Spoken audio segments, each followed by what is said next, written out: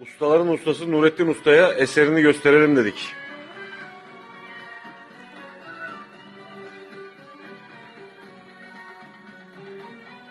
Yollarında ağladım, gözümde yaş kalmadı, başımı vurmadım,